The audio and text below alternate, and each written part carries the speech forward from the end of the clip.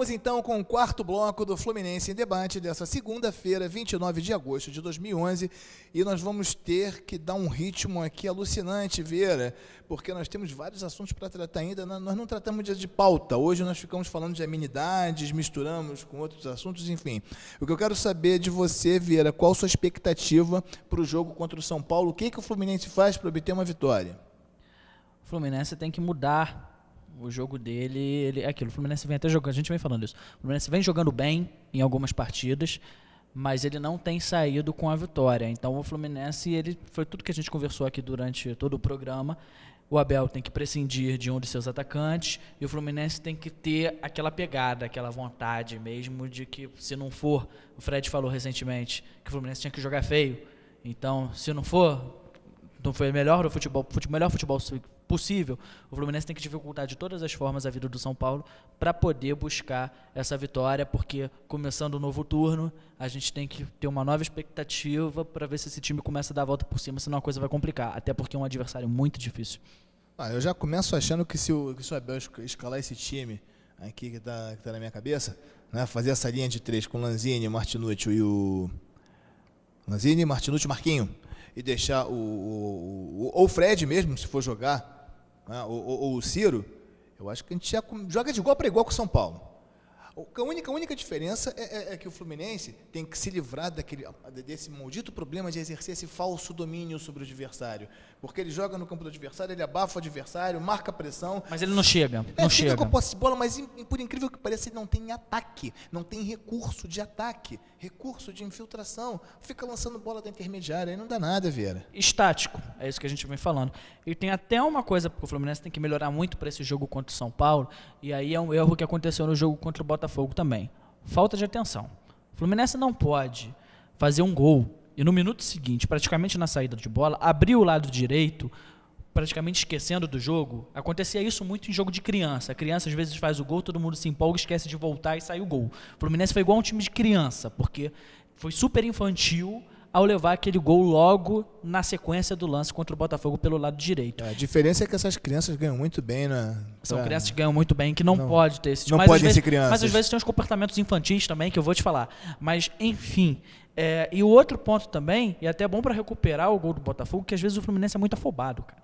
O Botafogo, o segundo gol do Botafogo, no jogo contra o Fluminense, foi um cruzamento numa cobrança de escanteio que o Fluminense cobrou, o Jefferson defendeu, o Abreu já se posicionou na intermediária, o Jefferson colocou com a mão no pé do Abreu, estava o time todo do Fluminense na frente. Saiu o Lucas, lateral direito do Botafogo, pelo lado direito, o lateral esquerdo do Botafogo saiu pela esquerda aí disparando, e o Elkson pelo meio, ao lado do Abreu.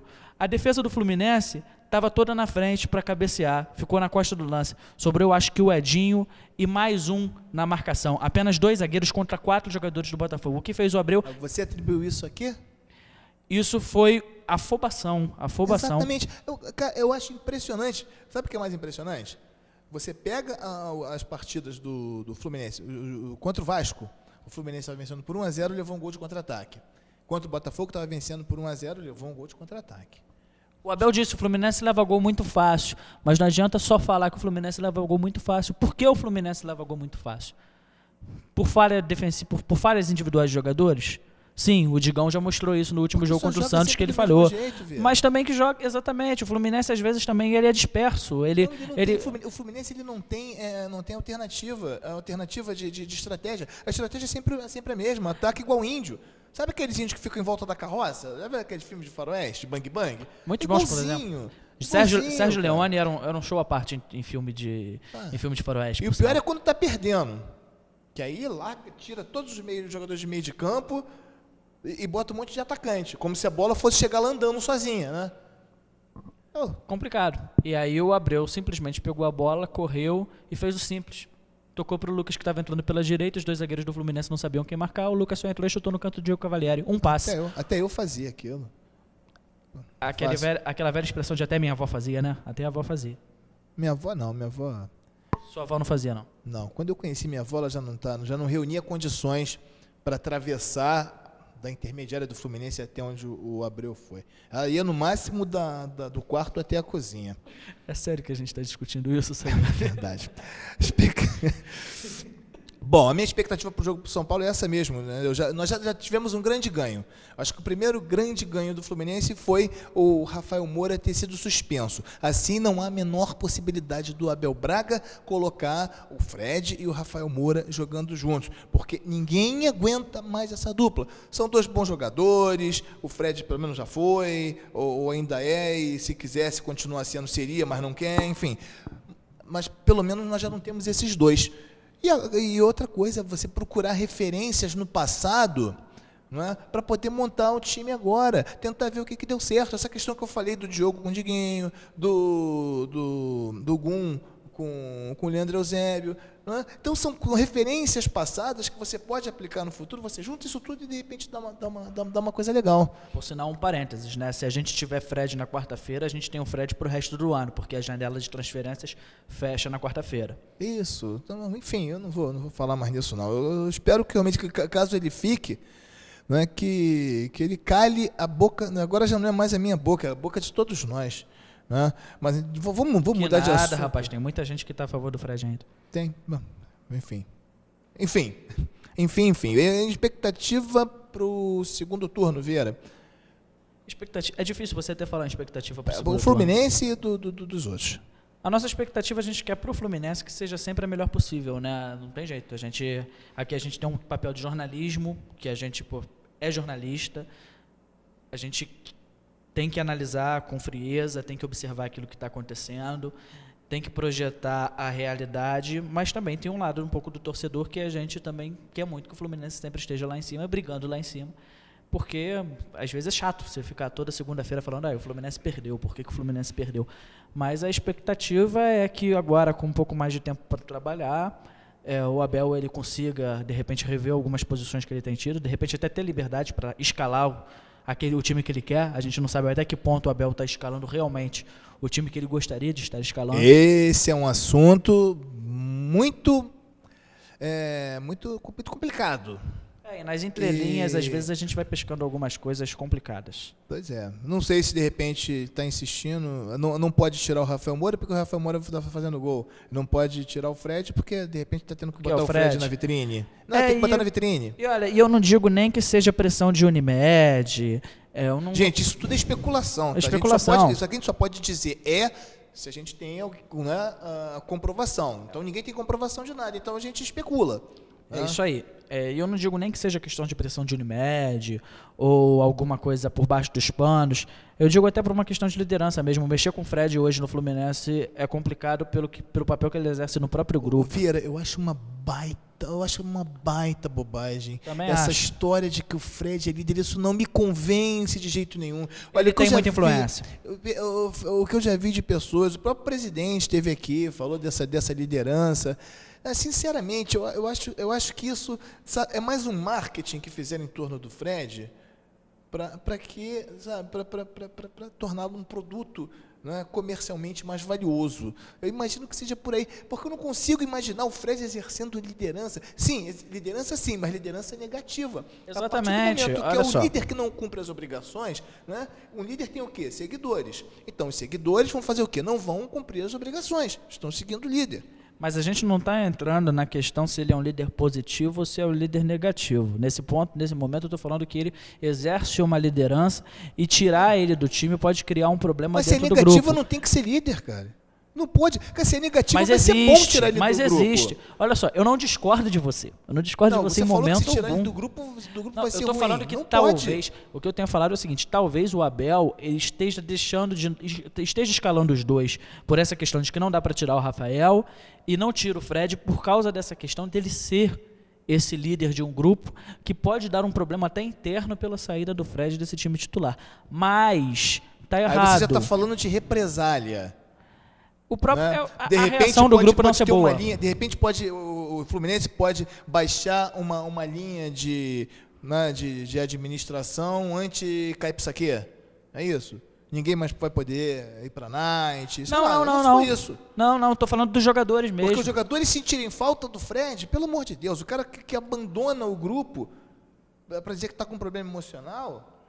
E os jogadores enxergam essa situação dessa forma? Será que os jogadores veem isso dessa forma? O Rafael Moura entrou em campo, fez 2 gols.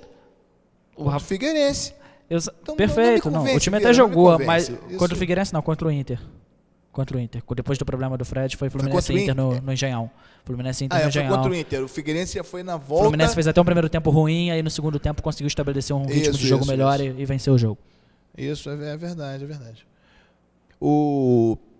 Mas, enfim, para mim é isso. Eu acho que não pode ser uma liderança. Se não é uma liderança positiva, para mim não é uma liderança que vai fazer falta. Né? Não vai fazer falta para o clube. Né? Pode fazer falta para quem quer continuar né, dentro de uma linha de indisciplina e de falta de profissionalismo. Então, esses têm que ir embora e já vão tarde. Hoje eu estou aborrecidíssimo. Já deu para perceber isso? Deu para perceber, eu acho que você também percebeu. A gente tem que fazer piada mesmo, porque senão... Senão complica. É porque, na verdade, a gente quer que todos esses caras sejam jogadores que eles podem ser e com profissionalismo e respeitando as cores da instituição. Quando o jogador não respeitar a cor da instituição fluminense, não respeitar as 3 cores, não respeitar a camisa e o que o representa o Fluminense, a gente não vai defender esse cara. A gente vai defender o... Porque tinha até uma declaração, por sinal, eu até coloquei no Facebook do Fluminense, etc., do Ricardo Gomes, que o Ricardo Gomes dizia do que ele sentia mais falta do futebol.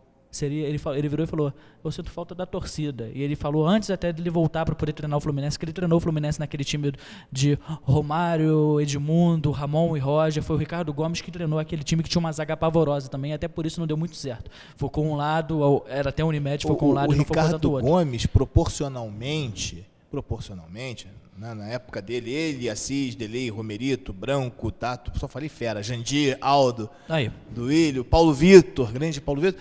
Para aquele pessoal ali, proporcionalmente, devia ganhar umas 20 vezes menos do que ganha o Fred, o Deco hoje. E tinha um amor à camisa. Tinha, jogavam com vantagem. Aí o Ricardo Gomes, ele até complementando, ele deu a declaração de que, antes dele voltar a treinar o Fluminense, ele deu a declaração falando que ele queria voltar um dia a treinar o Fluminense para voltar a escutar a torcida, sentir a vibração da torcida em um jogo e vestir as cores do Fluminense como ele vestiu e que ele nunca sentiu aquilo em lugar nenhum, até porque ele só jogou durante a carreira dele como jogador profissional no Fluminense. No Brasil, né? No Brasil. Depois, lá fora, realmente, ele teve, mas no Brasil foi no Fluminense. Ele só sentiu aquilo pelo Fluminense. É disso que a gente quer. É de um jogador que defenda a instituição e que respeite a instituição. Se não respeitar, a porta da saída do clube eu acho que tem que ser por aí. Eu acho que o Fluminense tem 2 caminhos que ele não tem como não tomá-los. O primeiro é esse. Vamos trabalhar com homens que honrem, né? Que honrem o clube, né? Que honrem a profissão. E segundo, a gente tem que rejuvenescer o elenco.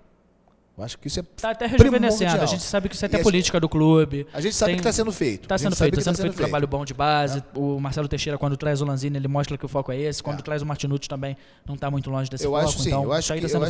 Eu acho que isso é fundamental. Né? Você tem que rejuvenescer o elenco. E, aliás, tem uma terceira variável que também é importante. Né? O Fluminense, ele tem que... Eu acredito realmente que esteja sendo feito. Não estou defendendo a atual gestão. Todo mundo sabe que eu não defendo ninguém. Eu defendo só o Fluminense. Mas eu vejo que realmente hoje procura-se que os ativos, né, os ativos com valor, né, comercial, ou seja, mais traduzindo, jogadores de futebol, com que a maior parte do valor comercial desses atletas pertençam ao clube. O clube precisa de ativos, porque ativos formam patrimônio, dão poder de barganha, não é? Dão poder de barganha, porque se você tem um ativo, você tem um jogador que tem um valor econômico, que tem um mercado, não é? Você, num determinado momento de aperto, você vende. Não ao ponto de você ser obrigado a vender um Conca, porque você não tem nenhum outro jogador dentro do elenco que pudesse te dar esse retorno econômico. Né? E mais, no meu entender, mais para servir aos interesses dos parceiros do que do próprio clube. Porque, para mim pelo lado do clube, foi extremamente negativo. E aula de ciências, né? Acho que na 4ª série ou 5ª série a gente aprende isso. Existe a relação do mutualismo, né? Que todo mundo se ajuda, e existe o parasitismo. O que a gente tem no Fluminense hoje, na relação Unimed e Fluminense, é um parasitismo, porque o Fluminense não ganha. Vieira, eu não sei se chega a ser um parasitismo. Porque o clube deixou isso acontecer também. Entra dinheiro, e também vou te falar, aquela história da caixa preta. Tem muita coisa que a gente não sabe também. A gente não sabe exatamente que valor vai para onde, quanto a Unimed tem de direito de imagem. A gente sabe que a Unimed tem a maior parte dos direitos da maioria dos jogadores do Fluminense. Direitos econômicos. Dos direitos econômicos. A gente tem que ver como é que se construiu isso, mas é claro, óbvio, eu concordo contigo, não tem como. Não tem como. Se você é uma patrocinadora, se você paga um patrocínio para estampar a sua marca na camisa, no outdoor, né, na testa da gente, enfim, com boné, enfim, se você paga para isso, não pode sobrar tanto dinheiro, né, a título de investimento, né, para você conseguir comprar o elenco todo. É um absurdo. Porque você deixa de ser Fluminense Futebol Clube e passa a ser Unimed Futebol Clube. Pois Vieira, eu vou pedir, nós já terminamos aqui o tempo do programa. Queria que você desse o seu boa noite. Está muito divertido hoje, né? Divertido em determinados momentos, né? Porque tem umas coisas que também são chatas de falar, né? De esclarecer, de deixar bem claro. Chatas porque a gente tem que falar sempre, né? Que coisa. São assuntos que são recorrentes. Mas dá o seu boa noite aí para nossa plateia, nossos espectadores. Bom, dar meu boa noite para todo mundo. Quero agradecer muito por todos os comentários que vocês têm deixado lá no site, cada vez mais ativos. Acompanhando sempre a gente, e saiba que aqui no Fluminense, etc., a gente sempre vai agir de uma forma imparcial. A gente não é chapa branca, a gente não tem defesa de diretoria, por interesses, a gente também não tem crítica de diretorias por interesses, a gente elogia quando a gente acha que a gente tem que elogiar, a gente critica quando acha que tem que criticar. Em determinados momentos, somos humanos, nós vamos errar, mas é sempre tentando acertar e sempre procurando o melhor para o Fluminense. Se por acaso a gente errar, a gente pede desculpa. Mas a nossa postura ela vai permanecer intacta, sempre com uma postura de valores, com uma postura íntegra e com uma postura ética. Boa noite. Bom, gente, valeu, Vieira. Gente, eu vou, só para encerrar, eu queria parabenizar o William Viana, nosso novo colunista, que hoje realmente a estreia dele como colunista do Fluminense, etc., foi um estrondoso sucesso. Tá?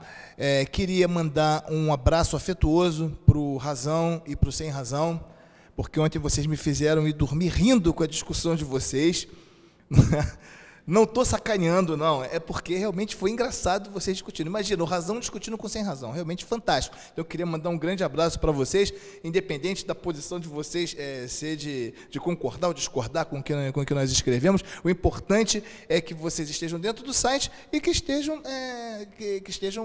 proporcionando também, com o conhecimento de vocês, com a opinião de vocês, um pouco de massa crítica para que as pessoas possam formar a sua opinião. O Marcelo Vieira está desesperado para falar aqui. E até um parênteses, só para poder complementar isso que você está falando, esse comentário em relação ao Razão e a Sem Razão, a gente pode estender a todos que participam do site, todos que comentam no site Fluminense, etc.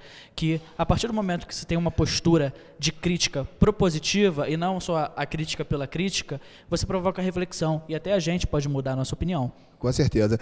Gente, eu vou terminar o programa, porque já chegou aquela hora em que a produção começa a fazer coreografia.